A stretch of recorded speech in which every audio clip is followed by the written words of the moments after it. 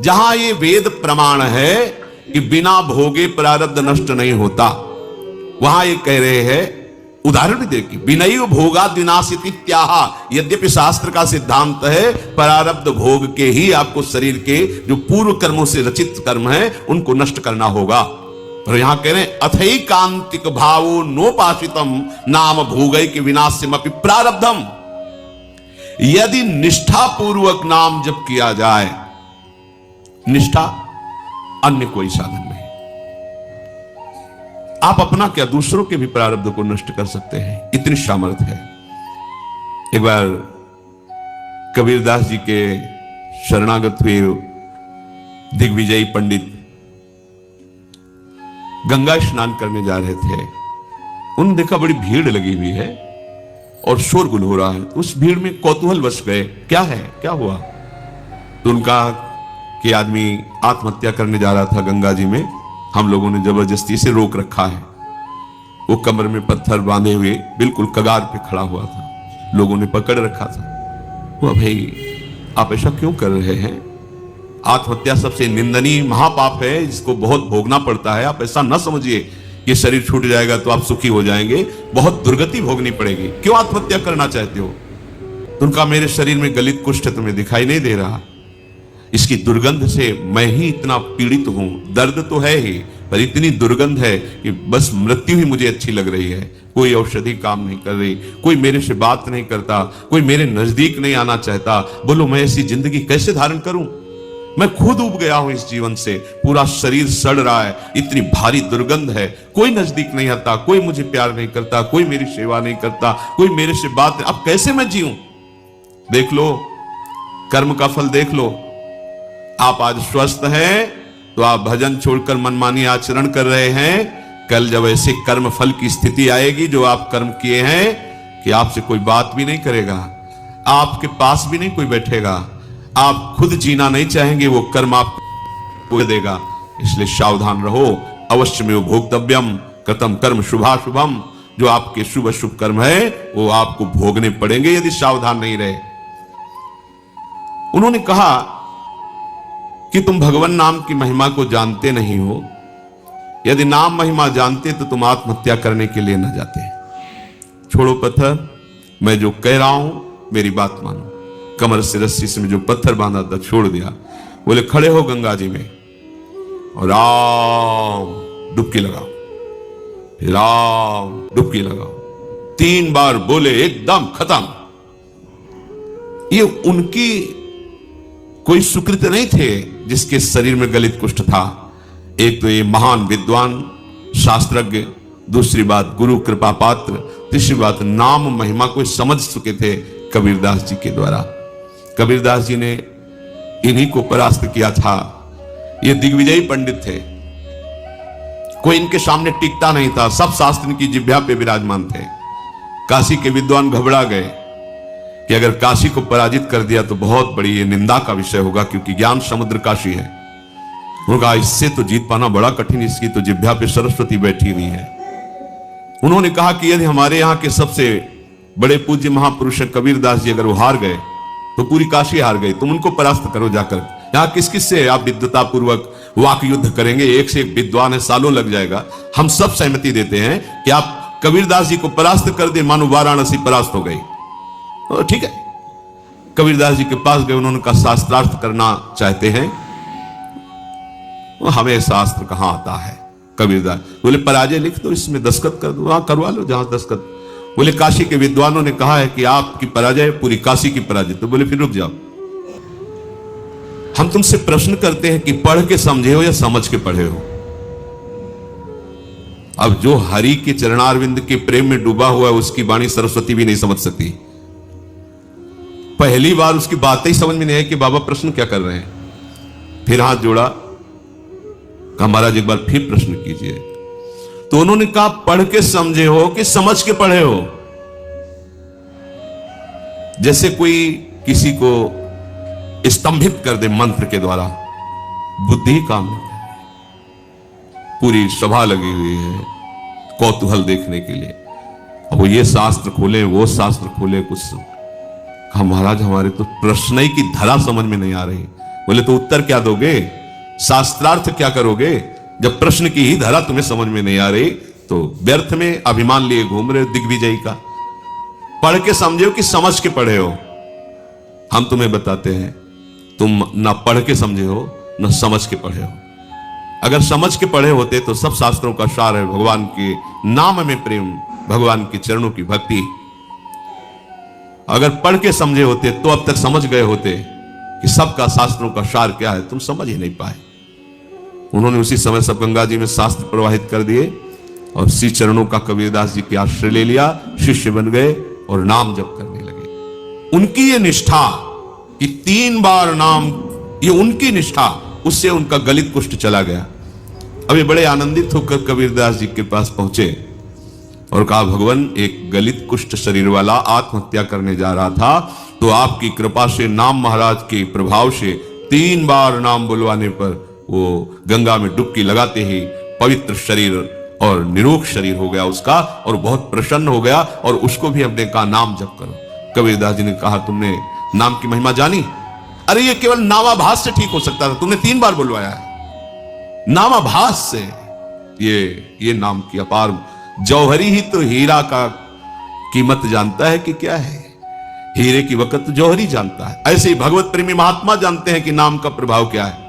हम आप सब तो ऐसे ही रामकृष्ण हरि, पर ऐसे ही बोलो तो भी मंगल हो जाएगा, पर महिमा इतनी अगाध है। कह रहे अथई कांतिक भावे नोपासितम नाम भोगई के विनाशिम अपि प्रारब्धम।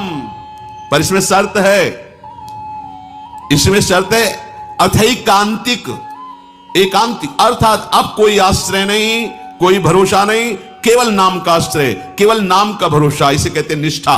निष्ठा पूर्वक जपा हुआ नाम भोग के द्वारा ही विनाश से प्रारब्ध कर्म को भोग के बिना ही नष्ट कर देता है। यह बड़ी बात है।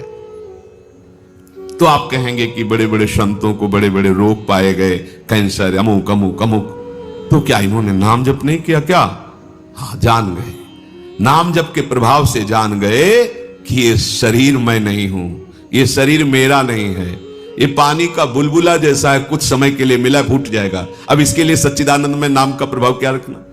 जैसे सांप अपनी केचुल से कोई संबंध नहीं रखता, ऐसे ही भगवत भजन करने वाला महात्मा जो वास्तविक भागवतिक महिमा को जान गया है, वो इस शरीर से कोई मतलब नहीं रखता। चाहे इसमें कैंसर हो, किडनी फेल हो, कोई बड़े बड़े कष्ट हो, वो समझता है इसकी एक आयु निश्चित है, इसको नष्ट ही होना है। जब नष्ट ही होना है तो हम इसके लिए भजन रूपी महामहिम महिमा का प्रयोग क्यों करें?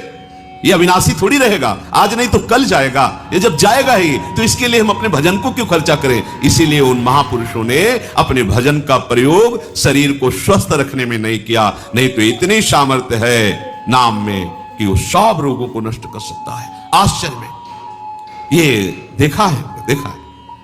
वो रोज सुबह आ जाता था, गले में कैंसर था, गांव का आदमी था, सरकार बहुत पीड़ा है, पैसा नहीं है, डॉक्टर कहते लाखों रुपया लगेगा ऑपरेशन इसमें। वो तभी आता, वो उनका समय था, बम्बुल की दतून करते थे, घंटों ऐसे भाव में टूटे। ऐसे चेतना एक दिन फूक दिया, रोज परेशान कर, चल भाग, खत्म कैंसर। और जब उन्हीं के शरीर में प्रारब्ध भोग आया तो उन्होंने कष्ट को सहा, कभी अपने प्रारब्ध को नष्ट। आश्चर्य में बड़े बड़े रोगों को उनकी कृपा से नष्ट होते देखा, पर उनके शरीर में जब रोग आए कभी नहीं। ऐसे ही सांसारिक पुरुष जैसी उन्होंने दवाएं ली और जैसी शल्य क्रिया सांसारिक पुरुषों के शरीरों में होती वैसे करवाई, कभी कोई अपने भजन का प्रयोग नहीं किया। ये महापुरुष, कोई समझ नहीं सकता इन महापुरुषों की बात को। दूसरों के कष्टों को लेकर सह करके शरीर में उनको नष्ट नहीं किया, भजन के प्रताप से नष्ट नहीं किया, उनको अपने में ले लिया, जा तो आगे अपना मार्ग देख। और उनके शरीर का राग है नहीं, इसलिए उसे सहते रहते हैं। चाहे जितने बड़े महापुरुष आप दृष्टि डाल के देखो, भयानक भयानक कष्टों को मुस्कुराते हुए सह गए। यद्यपि नाम में ऐसी सामर्थ्य है, ये प्रारब्ध भोग कोई बड़े से बड़ा ब्रह्मज्ञानी भी नहीं मिटा सकता, केवल नाम में सामर्थ्य है।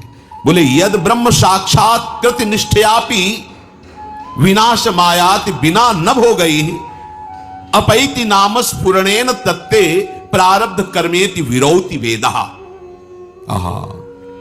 प्रारब्ध कर्म जो भोग के बिना ब्रह्मनिष्ठ तैल धारावत ब्रह्माकार जिनकी वृत्ति है, वो भी नष्ट नहीं किए, नष्ट नहीं कर पाए। पर हे नाम भगवान, आपकी महिमा ऐसी है कि प्रारब्ध कर्म आप जिसकी जिह्वा पर स्फुरित हो गए, उसको परास्त नहीं कर पाया। ये बात खास बात समझो। रोग मिट जाना खास बात नहीं है, नाम के प्रभाव से रोग होते हुए भी रोग का प्रभाव ना होना, यह खास बात है। ये पता चले कि अमुक रोग हो गया तो आपका मन उसी में लग जाएगा, निराश हो जाएगा, चेहरा छिन्न खिन्न होने लगेगा, अरे अब तो ऐसा नहीं। जब जाना है तब जाएगा, जब तक है इस शरीर में खूब आनंद पूर्वक नाम कीर्तन भगवत चिंतन, बिल्कुल प्रतिपल नया ऐसा उल्लास कि इस प्रकृति जन्य किसी पद प्रतिष्ठा की प्राप्ति पे वो उल्लास होता ही नहीं जो भक्त के हृदय में होता है। आप समझिए, ये नाम भगवान ऐसा आनंद उत्पन्न करते हैं, ऐसा उत्साह उत्पन्न करते हैं, जैसे किसी का ब्याह होना हो, फिर देखो ना पुल का घूमता है, पर वो तो प्रकृति जन्य कुछ क्षण के लिए हर्ष है, फिर शोक में बदल जाएगा। ऐसे अनंत गुना बड़ा आनंद, बड़ी पुलकन उस उपासक के हृदय में होती है जिसे अपने प्रीतम के मिलन की चाह पैदा कर दी है नाम ने। एक शरीर क्या, अगर करोड़ों प्राण करोड़ों शरीर हो तो अपने प्यारे पर न्योछावर कर दे। ये प्रेम नाम प्रदान करता है। जिह्वा पर नाम स्फुरण होने मात्र से प्रारब्ध क्षीण हो जाता है। इस बात को बड़े बड़े महापुरुषों ने वेद में उच्च स्वर से कहा गया है। ब्रह्म विद्या के साक्षात्कार से संचित कर्मों का नाश हो जाता है और क्रियमाण कर्मों का नाश हो जाता है, किंतु प्रारब्ध कर्म को बिना भोगे वो ज्ञानी भी नहीं बच सकते, शरीर में भोगना पड़ता है। पर यदि भक्त चाहे, जो नाम जप करता है, वो बिना भोगे प्रारब्ध को नष्ट कर सकता है। जितना चाहे उतना भोगे, जितना चाहे, ना चाहे तो बिल्कुल नहीं।